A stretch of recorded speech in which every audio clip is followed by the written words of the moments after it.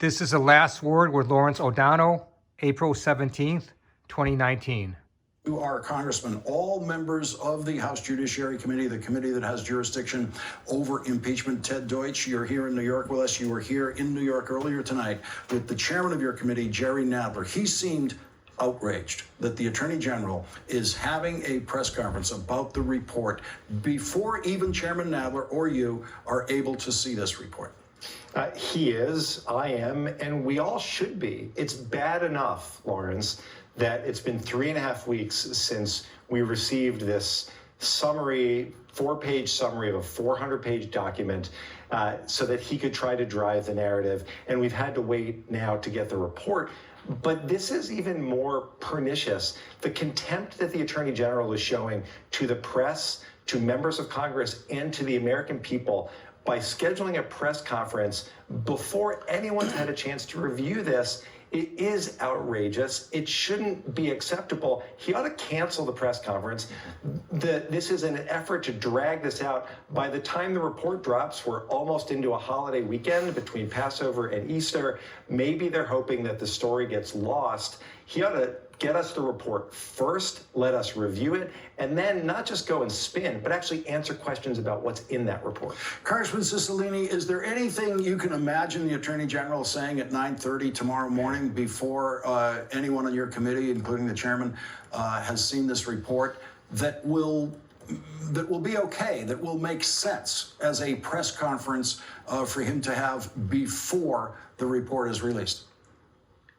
I mean, the only thing he could say is the press conference is canceled. Ted Deutsch is absolutely right. This is an effort by the Attorney General to shape the narrative. He gave what was really a misleading 4-page summary. Now he's scheduled a press conference before anyone will have had a chance to read the report, to give a summary, apparently, so he can again begin to try to shape the narrative.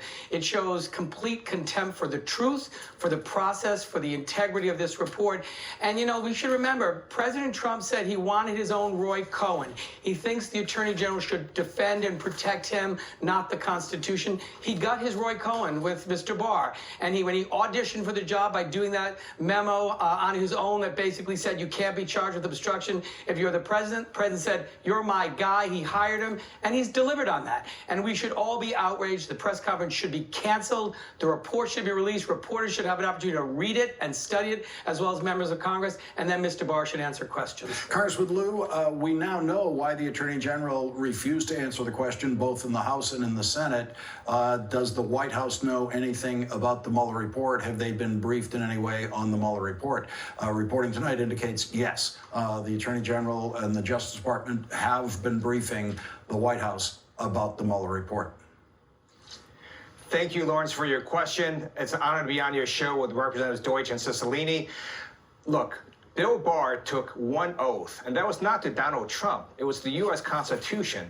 He is not the PR firm for Donald Trump. His job is to serve the public, and to have his Justice Department coordinate with the White House and to give them a heads up about this report so that they can write a counter report is exactly the wrong thing to do. It's why we have a special counsel statute, actually regulation in the first place, to avoid coordination between the president's political appointee and the White House. Bill Barr should cancel tomorrow's presser, and he needs to really serve the public instead of serving Donald Trump in this really contemptible way. Congressman Deutsch, the reason we have 3 judiciary members here tonight is that we know that all the focus tomorrow, most of the focus tomorrow, is going to be on the obstruction of justice passages. The Washington Post is reporting to us tonight that there's very little redaction in that area, and so you might get a very full view of what the special prosecutor saw in obstruction of justice. And you are the committee that has responsibility to consider the issue of impeachment. Is there a different bar in your mind, a different threshold to meet for proof beyond a reasonable doubt of a crime that the special prosecutor was looking for, or what an impeachment count would require in the House of Representatives for obstruction of justice by a president? Sure there is, and it's not up to the Attorney General to tell us whether or not there was obstruction of justice. It's not up to the Attorney General to interpret this, particularly as Congressman Cicilline pointed out, that this is an attorney general who got this job going in because it was his belief that the president could not be found guilty of obstruction of justice. So we know where he stands. It is our job now to study this report. It's up to the American people as well to look at this report. And if there was obstruction of justice, then it is this committee that makes the decision to show that no person in America, least of all the President of the United States, is above the law. Let's listen to what the chairman of your committee said tonight about Robert Mueller testifying to your committee.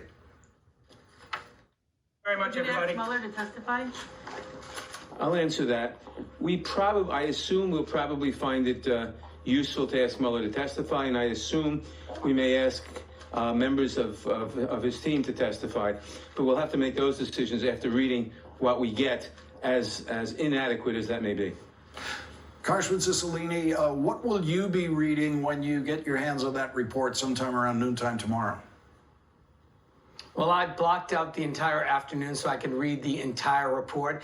Obviously, we've all been asking for the report to be furnished to the Judiciary Committee in an unredacted form, to not keep any secrets from us. We have the ability to look at classified materials in a classified setting.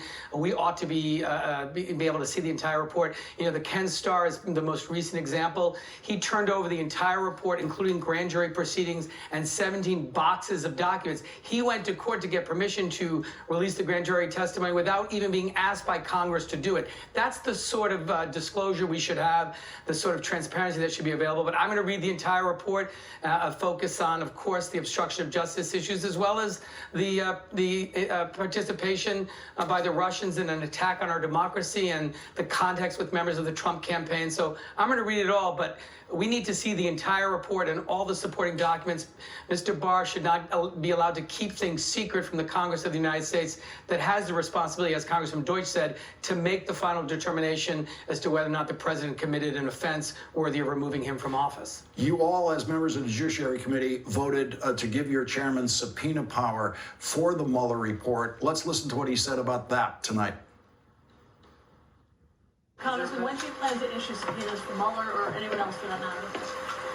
Well, we'll have to take the time over the next couple of days to carefully read the redacted report so that we don't find out that, in fact, there's very little left out. But on the assumption that it's heavily redacted, we will most certainly issue the subpoenas in very short order. Congressman Lieu, he has the subpoena power for witnesses, but also for the report. If you don't have the Mueller report, if the full report becomes a matter of protracted litigation, would you expect that Robert Mueller would be able to come to your committee and testify about the report without any restrictions, that he would not be restricted in his testimony by redactions made by the Attorney General? I do, and if Mueller is concerned, we can also do it in closed hearing. I think it's important to note that there is a court case on this exact issue. During Watergate, Leon Jaworski completed his report, and the White House cited the same exact rule of grand jury secrecy to try to suppress the report to Congress. Congress issued a subpoena, took it to the court, and the D.C. Circuit Court of Appeals ruled for Congress and said that the House Judiciary Committee is entitled to the full unredacted report. We believe that that same precedent holds here and that we will eventually get the full unredacted report.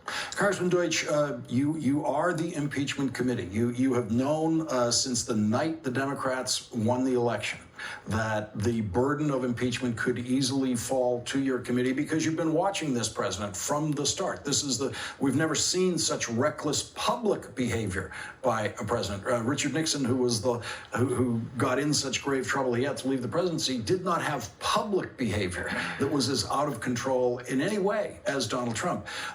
Do you feel that you are now a big step closer to the possibility of considering impeachment? Well, we're a big step closer to understanding what it is that the Mueller team has uncovered over the past 2 years.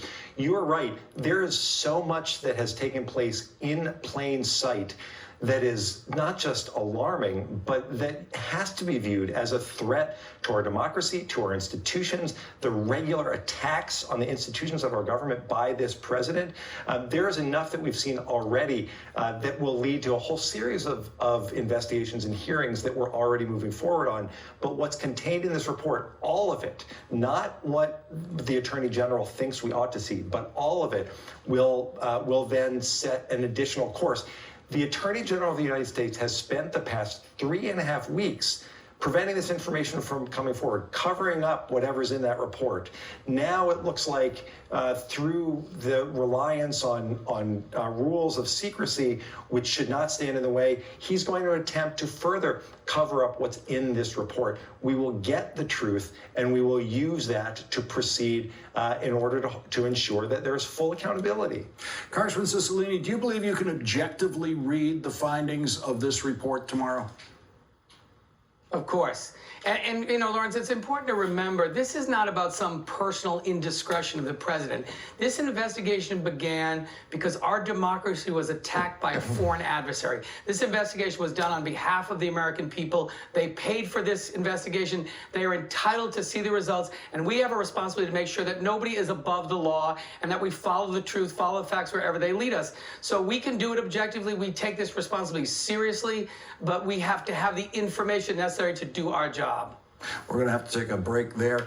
Congressman David Cicilline, Congressman Ted Lieu, Congressman Ted Deutsch, all members of the House Judiciary Committee, all will be facing the question of where does the investigation go from here after they finish reading this report tomorrow, and they uniquely, as a committee, have jurisdiction over the question of impeachment. Gentlemen, thank you all very much for starting us off tonight. This has been an invaluable beginning of our discussion tonight. Really appreciate it. The obstruction of justice section of the redacted